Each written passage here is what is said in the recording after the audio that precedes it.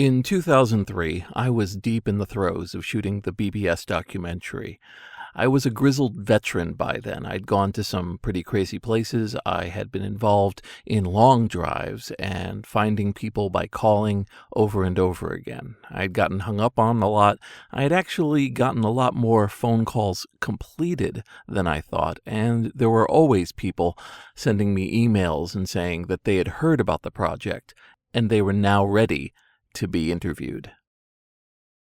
I was in Colorado doing a set of these interviews while staying at a friend's house, and I suddenly got a call that one of the people I'd been searching for years was available tomorrow. All I had to do was go 500 miles away. This is Jason Scott Talks His Way Out of It, a podcast about technology, history, and getting myself out of debt. Thanks to Daniel Boyd, Jeff Atwood, William Hearn, and the hundreds of other supporters on Patreon and elsewhere who have been supporting me and helping me get out of debt. There are advantages to shooting a documentary alone. One of them is that you don't have anyone telling you you can't do something. One of the disadvantages is there's no one there to explain to you you can't do something. In Denver, staying with my friend Andrew, I got the word that somebody I'd been seeking for quite some time had become available. His name was David W. Terry, and he was the number 2 man on the PC Board project. PC Board was, in many ways, one of the most dominant commercial BBS packages of the late 1980s and early 1990s. It was, in many ways, a leader in its niche. It had everything: a slick interface, a way to expand it, and most importantly, a company that really seemed behind it, that would be there for you, along with the ability to use it for free and try it out. I'd run PC Board for a while, many people had, and roughly 10 years after the death of the company, there was still a strong urge to find out what had happened, what was involved, and the perspective from the side of the people who had been making PC Board. And I felt that, as best as I could, if I could get anyone involved with PC Board, it'd really add something to the documentary. The scope and span of the BBS documentary meant that I had sent out thousands, literally thousands of emails to people both known and unknown, people who had played a part in it and people I'd never heard of before, but who were willing to step forward and tell their story. Many of those speculative emails went out to email addresses that people had passed to me or that I had seen in an ad in a magazine, and most of them never came back. One person had contacted me, Steve Catmull. Steve had done work with PC Board as a very young employee, and most importantly, he knew how to get me in touch with David Terry. Let's put a little bit more detail about PC Board. It was a product of the Clark Development Corporation, run by Fred Clark, and he had a number of people underneath him. The name David Terry had shown up a lot back when I was a teenager. Remember, I'm running all of this stuff as a kid. I sort of understand what companies are. I think of them as faraway entities run by lots of people or by a machine. I either refuse to think that humans are behind it, or if I do, they tend to be hero figures. Fred Clark was one of them. David Terry was a name. Tom Jennings, Ward Christensen. I heard these names and I knew them, but I didn't know the people behind them. Clark Development Corporation seemed poised, along with Mustang Software, TBBS, Major BBS, to be an industry of discrete companies providing products, BBS products, where you would call them up and get supported just like you did with an operating system. Naturally, the introduction of the internet wiped all of that clean. But in those last few years, when things were starting to peak and money was entering into the process to the point that there were going to be IPOs and major sales, Clark Development Corporation really did seem like it was going to be one of the giants. When it fell apart fast. And along with it, Fred Clark disappeared. To this day, I do not know the fate of Fred Clark. He walked away from his company as it was falling apart. It got seized by the bank. He never showed up again. So it was natural for me to think I'd never find anyone else. I wasn't going to let David Terry showing up slip through my fingers. Steve had mailed me while I was in Denver, and I started to work out logistics. Here we get into the problem of United States geography. If you live in a part of the country and you understand it pretty well, distances have meanings. You hear about city A, city B, and in your mind you think 3 hours, 2 hours, and you immediately know whether it's a good idea to drive between them. And then you make your plans.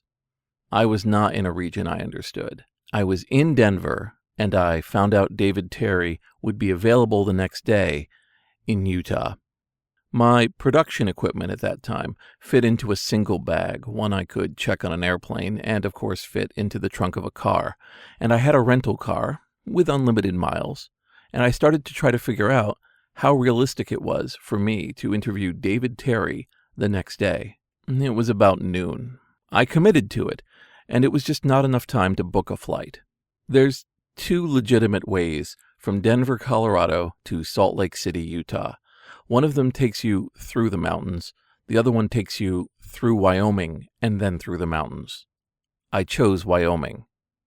Trying to figure out how long it would take me to get there, I ran the numbers, and it was 500 miles. 500 miles I would have to cover between these 2 locations to be able to get this interview. Steve told me David would be available after work the next day. I planned for that and assumed that I would have lots of slack in case I needed to pull over or otherwise take a rest on my way. So after telling Andrew I'd be gone for a little while, I loaded my things into the car and then went immediately to sleep. My theory was rest up, then get up in the middle of the night and start driving to Utah. I woke up around 8 p.m. and set off. One of the aspects of looking back on history is you forget what's missing. I had a cell phone, but the cell phone was a very basic one. It could only show text on its little LCD screen. I didn't have anything like an internet connection.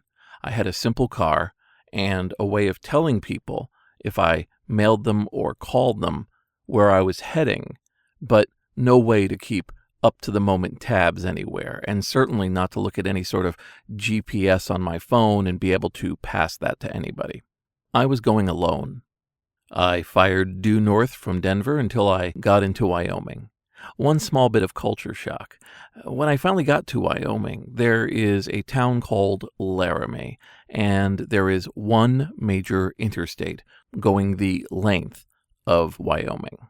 It seems pretty obvious looking back, but at the time I was pretty shocked that there was a gate on the entrance to Laramie that could be moved forward as a way of saying, you're not going on the interstate today. It was possible during winter months that the one highway going east to west in Wyoming was impassable and wouldn't be able to be used by anyone.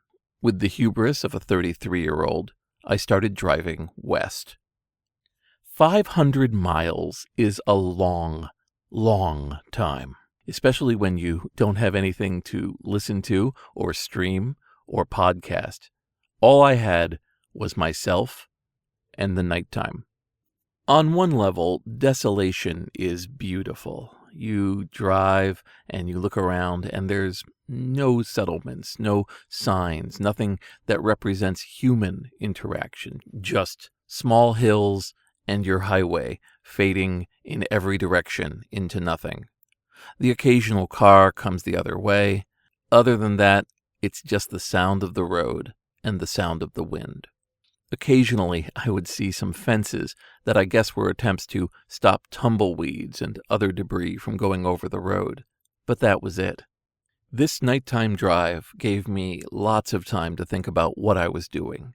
By that point, I'd done dozens of interviews for the BBS documentary, and I was saving the editing for the end. I wasn't filming somebody and then cutting up the interview. I wanted to do that all in one big swoop.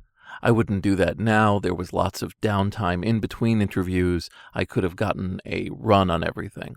There I was, thinking about what questions I would finally ask David Terry, and a little bit about what this project was and where I was going with it.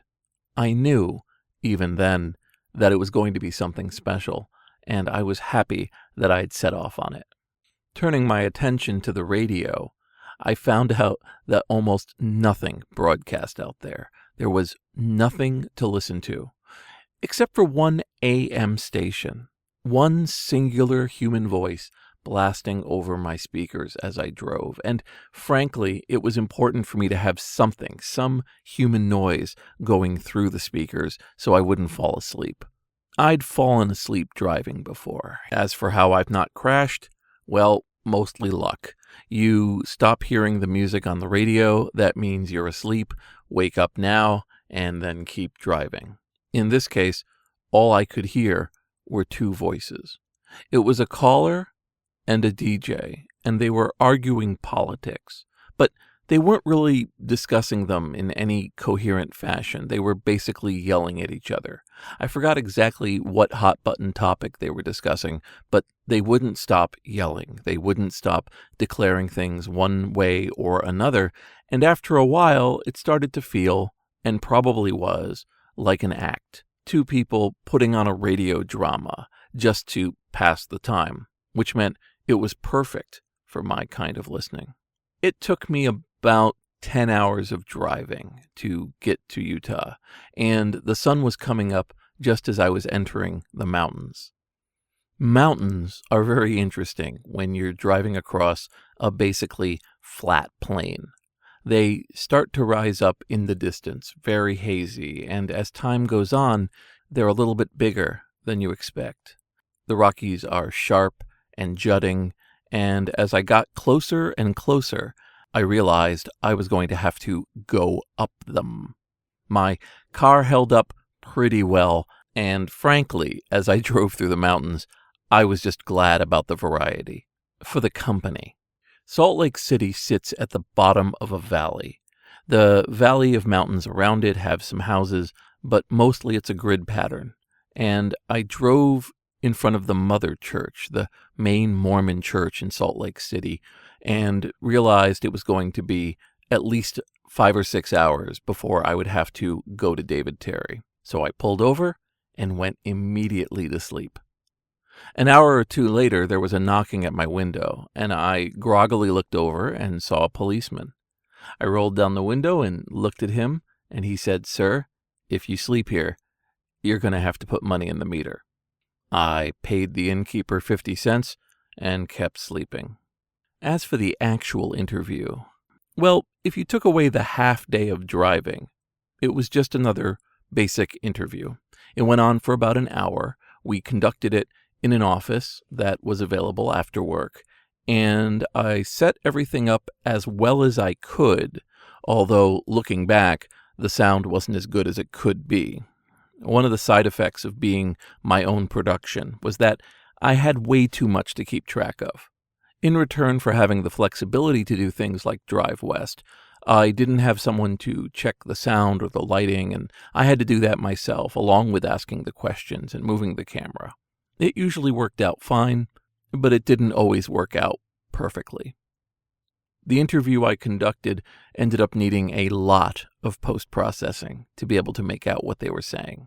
But the result of that interview did make it into one of the episodes, the Make It Pay episode about the BBS industry. David's experience with Fred mirrored mine, that he didn't have any idea where Fred was. He assumed he had gone back to Texas, but he could be anywhere. Steve was a happy, impressed employee that was delighted to play a part that he did in BBS history. He thought that the folks he worked for were great, and he really enjoyed as a young kid being a part of this thriving startup of a company.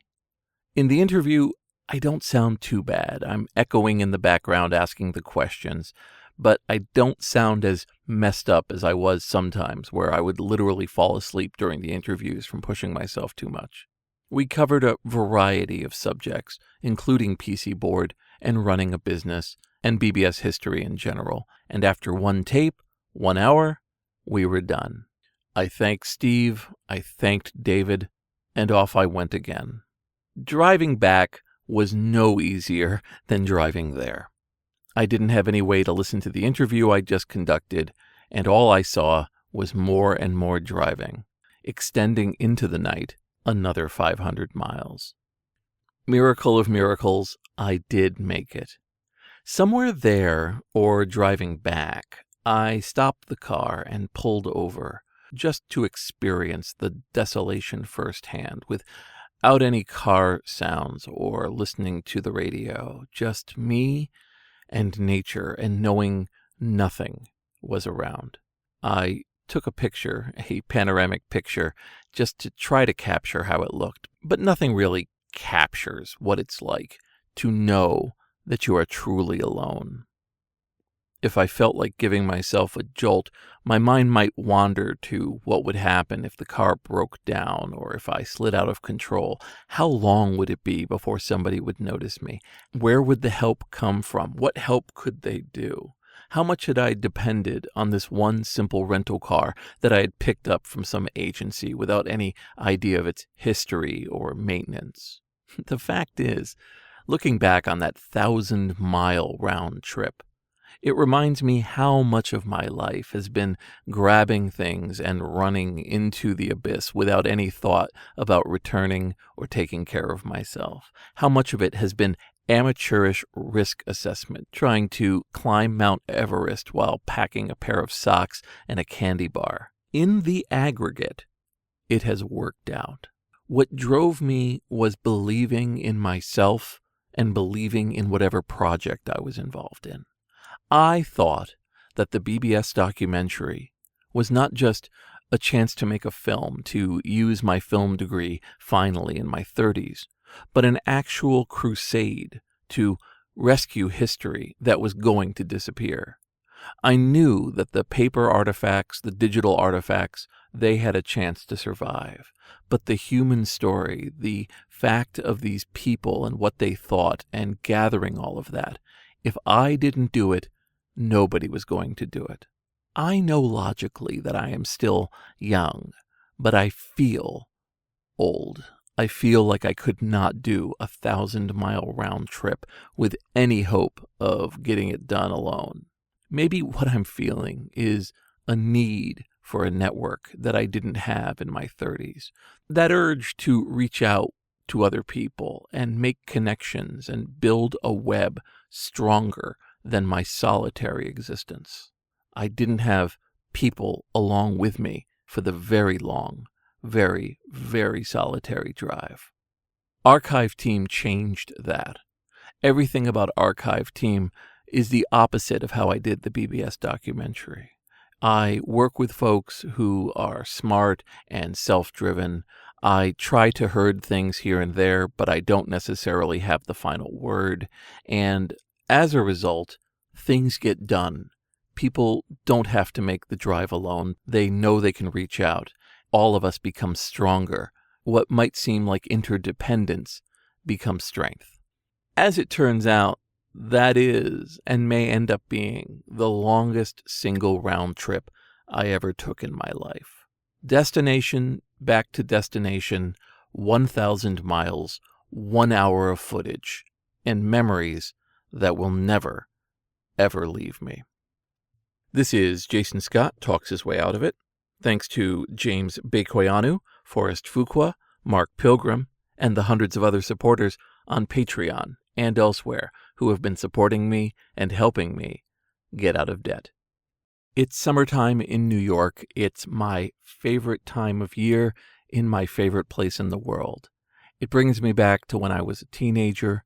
It's the weather and the foliage and the driving around that just fills me with memories, all of them intertwined with technology and history. Maybe I'll talk a little bit more about that, but for now, I'll just say, take every day as you can, enjoy it, and please, always take care of yourself.